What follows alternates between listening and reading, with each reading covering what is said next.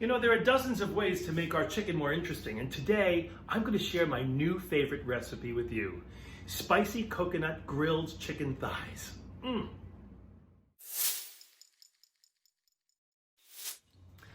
instead of making some vegetable to serve on the side, I'm going to make a vegetable to serve underneath. Let's make some riced cauliflower, because you're going to want something to soak up all of this delicious marinated sauce. I'm Michael Murata, and you're watching a brand new What Would Michael Do, which I tend to do every week. And if you haven't subscribed yet, consider hitting that little button down there and ring the bell. And every once a week, you'll get a notification that there's a new video up and running. Let's get started. Here's what we'll need. We're going to need about a 3-inch piece of fresh ginger. As you can see, I'm using slightly more than 3 inches because I'm doubling the recipe. 5 cloves of garlic, 3/4 cup of coconut milk, 1/4 cup of hot chili paste, 1/4 cup of fresh lime juice, 2 tablespoons of light brown sugar, 1 tablespoon of diamond crystal kosher salt, 2 tablespoons of vegetable oil. You're going to need a little bit more for the grill if you're using a grill. 2 pounds of skinless, boneless chicken thighs, and maybe some cilantro leaves later on for garnish. It's not absolutely necessary to do this on a grill. You can easily do it on a saute pan, but while we've got that propane left, let's use the grill. Let's start by trimming down the chicken. Chicken thighs are so flavorful, mostly because there's a lot of fat in them. So if you like, after I rinse and pat dry my chicken, I just take a little paring knife or a boning knife and go ahead and just trim off some of that unnecessary fat.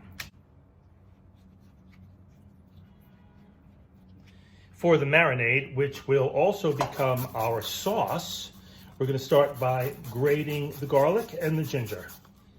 I like using the planer because it is the fastest and easiest way to grate, and you're going to get the most intense flavor out of your garlic. When you come to the edge of it and you just have a nib like that, you can just throw it in.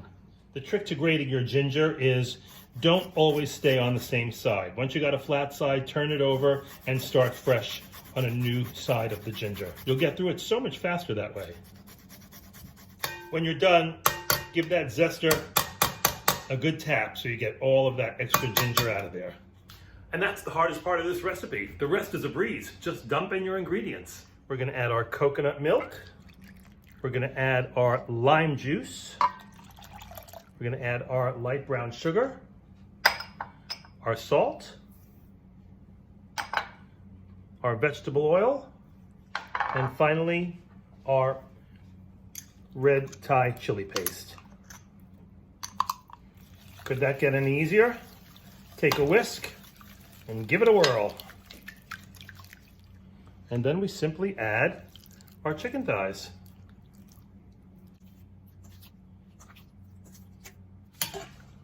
We're going to give those a toss and let them marinate. You can marinate this for up to 4 hours if you like. I would not leave it overnight, but I'm only going to do it for about 15 or 20 minutes and show you that that's all the time you need. While the chicken is marinating, we are going to prepare our cauliflower rice. You're going to want to cut your cauliflower down into smaller chunks so that they fit through the feeding tube of your processor. The grating attachment has an arm. Once you click that in, we'll slip this into where the normal blade goes. It'll fall into place. Make sure the bowl is locked. And then we put our normal attachment for that right on top of that. Yep, it's working. And now, the fun part. We start to feed these through the tube. Here we go. This doesn't take a lot of pressure. You just gently push it down, and that rice will begin to form. Let's take a look at this. It really is worth the time and energy it takes to cut down the cauliflower, because when you're done, it's going to look like that. Isn't that beautiful? That is going to replace our rice for our chicken dish. Let's grill our chicken. First things first, always clean your grill before you turn on the heat. Make sure whatever debris is there is gone. Just use a grill brush. The next important step is to oil the grill. Take some paper towel, wad it up into a ball, and get some tongs Dip it into a little bit of olive oil. Don't go crazy, but nicely saturated, and rub down your grill. This will help prevent any sticking with the chicken, or with any meat for that matter. I like to turn the grill up high so that it really heats up and burns up whatever might be left over from the last grill. Close that lid, let it get good and hot, and let's go get the chicken.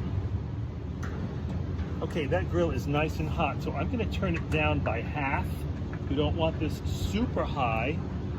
We're not grilling steaks, we're grilling very delicate chicken. And I am going to let this marinade drip off as much as possible.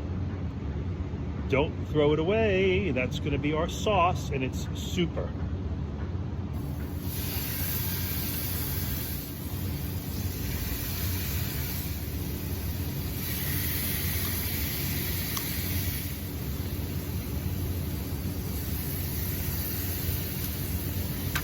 We're going to do these for about 8 minutes on each side until we get a nice grill mark on the first side, then we'll flip them over.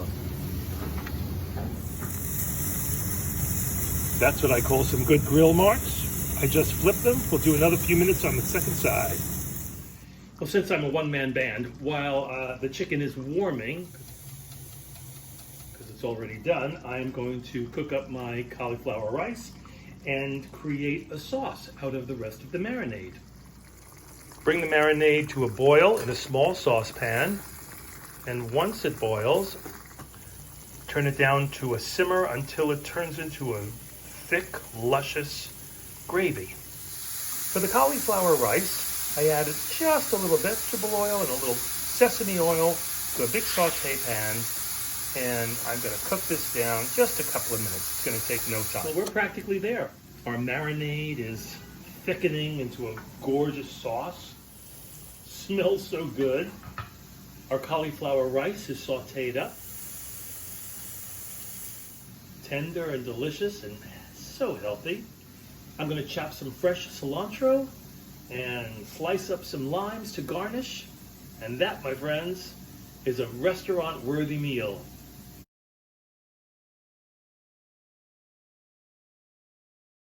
You should try it. And subscribe. Thanks for watching.